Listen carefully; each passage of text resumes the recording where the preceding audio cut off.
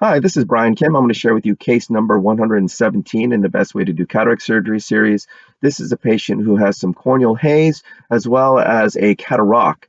And you're going to be able to see how I'm using mechanical fracturing forces and techniques to disassemble this lens under suboptimal visualization conditions. And so, most people really have to depend upon what they see in order to do the cataract surgery. But because there's a tactile component of how I'm able to do mechanical fracturing, you'll see how I'm able to still do this surgery and have an efficient and safe removal of this very dense lens. So I'm using a cotton tip to steady the eye, and then I'm using a corneal marker, which will help me hopefully to center and size a rhexis. And then use a paracentesis blade first on the right side and then the left side, making sure I am parallel to the iris plane, which creates a nice corneal shelf, which will allow me to achieve a self-sealing incision. This is some intracameral lidocaine and then some intracameral epinephrine. With these dense lenses, you really don't want to take a chance. You want to have a nice, big-sized pupil.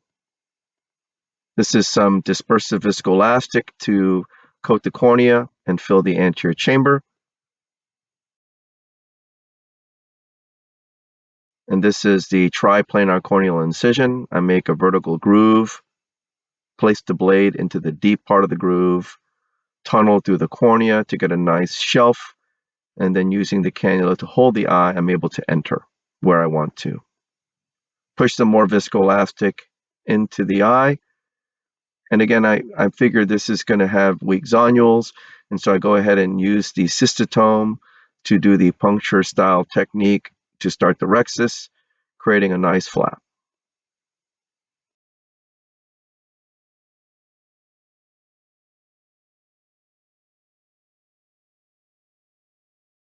Go ahead and switch to the forceps and go around circumferentially and trying to follow the corneal mark that I made, which will hopefully help me to center and size the rhexis here.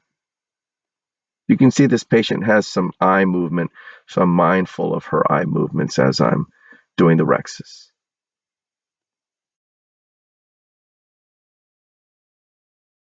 Burp some viscoelastic out, and this is the capsular fornix hydrodissection technique. I place a cannula under the rhexis edge contra-incisionally, point the tip down, I get a nice wave. In this case, I get a little bit of a bubble.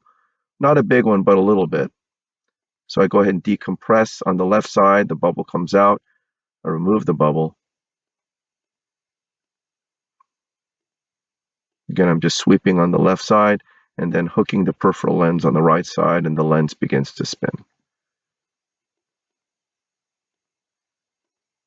I'm trying to hydrodelineate. Again, with these dense lenses, the lens material is so thick, sometimes that doesn't work, but I went ahead and gave it a try anyway. Irrigating the surface of the eye, adjusting my sleeve,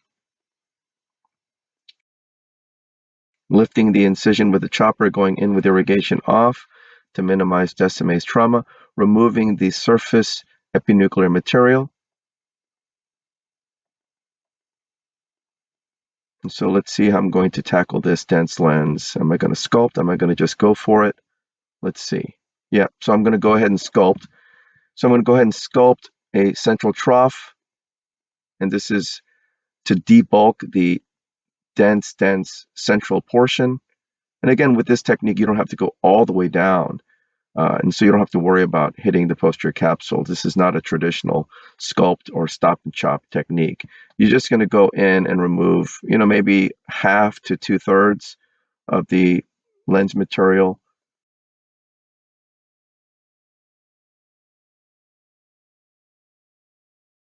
I go ahead and switch the bevel down. I place the chopper around the lens, and I'm going to be fracturing it from the peripheral. It's called terminal chop. You can see the fracture propagates all the way across in this case. And so that's just a beautiful illustration of that. Placing the chopper around the right heminucleus, pulling it centrally toward the fingertip and dividing that lens, and that is the cross chop. Placing the chopper around that first quadrant, pulling it centrally toward the fingertip, fracturing it in half. You can see how dense this lens is.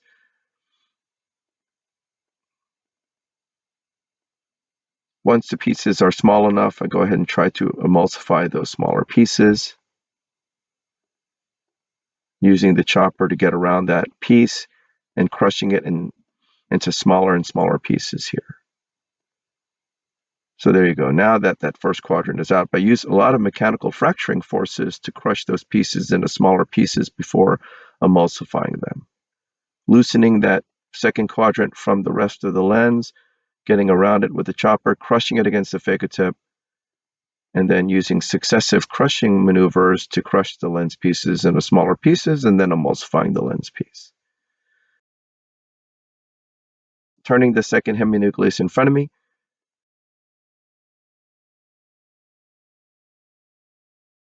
take the chopper out, fill the chamber with some more viscoelastic.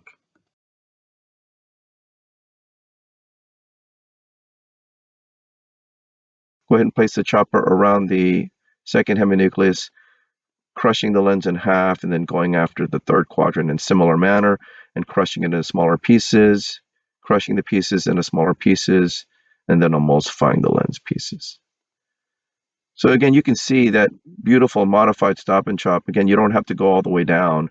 You're propagating the fracture from the peripheral side, the equatorial side, and that propagates that chop. What it does is it prevents a posterior plate. And so that's the beauty of this technique. And it's a very efficient way to deal with a cataract case, especially in this situation where the visibility is not that great.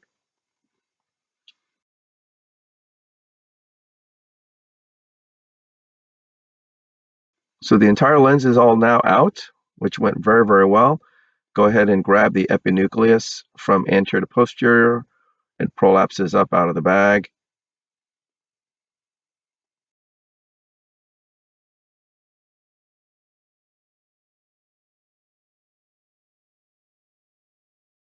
Go ahead and grab that last piece, that subincisional epinucleal material. It's pretty stiff.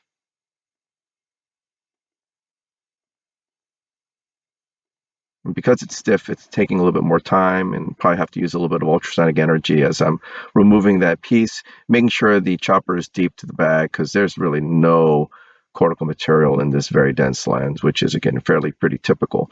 Another reason why these cases are challenging because there's no cortex to protect you.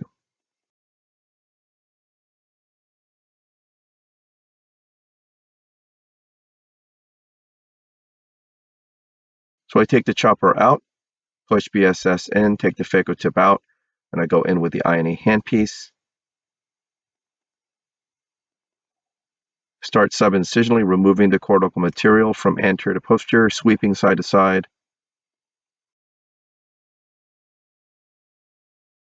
Adjusting the sleeve is a little bit too far away from the tip. As you're going subincisionally, there's not as much tip that's left in the eye, and so the irrigation can come outside and the chamber can collapse. So you really want to make sure that irrigation sleeve is up to the tip when you're going more subincisional with your maneuvers. So go ahead and switch to polish mode and polishing underneath the rhexis edge after that, and just polishing the posterior capsule as well. I'm using a cannula to pulse the subincisional capsule fornix here.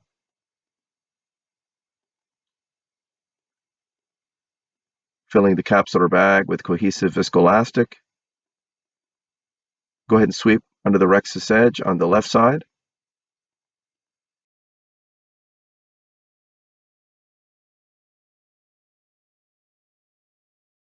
And then on the right side. Again, this is a dense lens, and always in these cases, I assume they have weak zonules. And so I'm going to go ahead and widen my incision. But as I'm widening my incision, what happens here? The patient moves, and it makes the incision a little bit wider than I liked. And so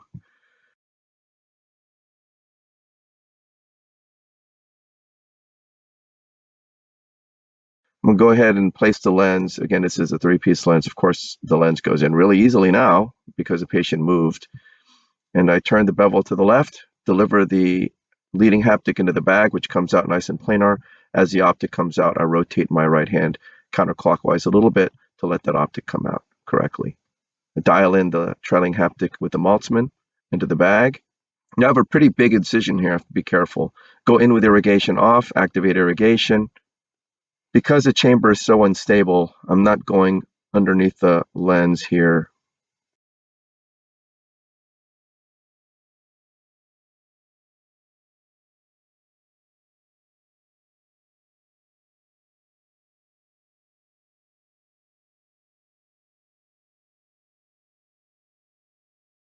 And very carefully go ahead and go underneath the lens to remove the viscoelastic from within the bag. Remove all the viscoelastic from the chamber.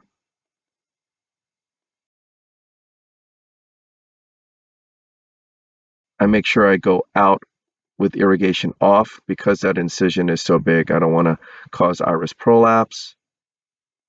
And then I hydrate the incisions. We'll just see what happens. If I'm able to hydrate it, fine. Then great. If I can't, I'll have to throw in a stitch there.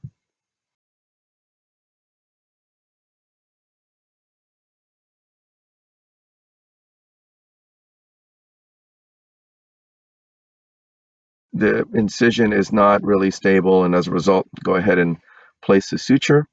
And unfortunately, when you're dealing with cataract surgery, especially topical surgery, sometimes the patient will move unexpectedly, and you just have to anticipate those things. Overall, the trade-offs of doing, block surgery versus topical are obviously real considerations, but overall, topical is really kind of the best way to do surgery. You don't have the risk of any complications from a block. You can have retrobulbar hemorrhage. You can have persistent diplopia from damage to one of the extraocular muscles. You can have perforation of the globe. And so, even though block surgery is necessary, sometimes when in general, when we do cataract surgery, we try to do topical at our practice. And it works for the most part, but occasionally you'll have a situation like this where the patient suddenly moves. And then now you have to place an incision. It's a small price to pay. You just go ahead and place a suture in, and we'll take this suture out a few weeks after the surgery. So again, this was a pretty dense lens, a little bit of a hazy cornea.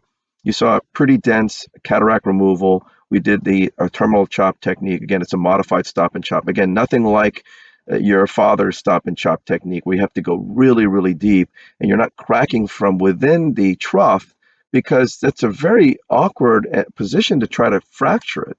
What makes a lot more sense is get to the problem source, which is posterior. And that's why that equatorial chop is so effective, and it just propagates that tear all the way across. And in this case, it worked very, very well. And again, this is the reason why I believe this is the best way to do cataract surgery. So I hope this was helpful to you, and I thank you for your attention.